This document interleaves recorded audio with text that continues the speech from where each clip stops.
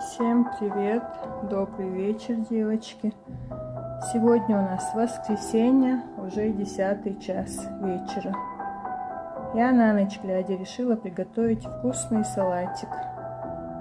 Здесь у меня капуста, болгарский перец, чесночок.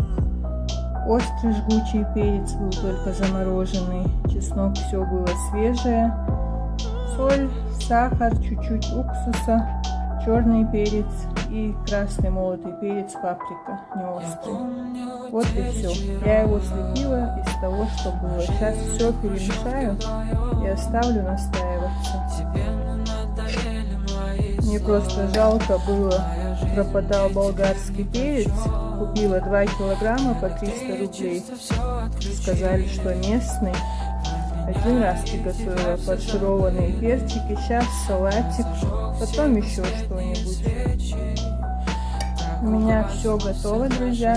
Всем приятного аппетита. Это уже очень вкусно, но я сегодня оставлю на ночь, а потом поставлю в холодильник. Всем приятного аппетита, спокойной ночи и пока-пока. Готовьте с удовольствием, кушайте с аппетитом, угощайте своих родных и близких и не парьтесь, добавляйте все, что у вас есть в холодильнике. Это будет очень вкусно.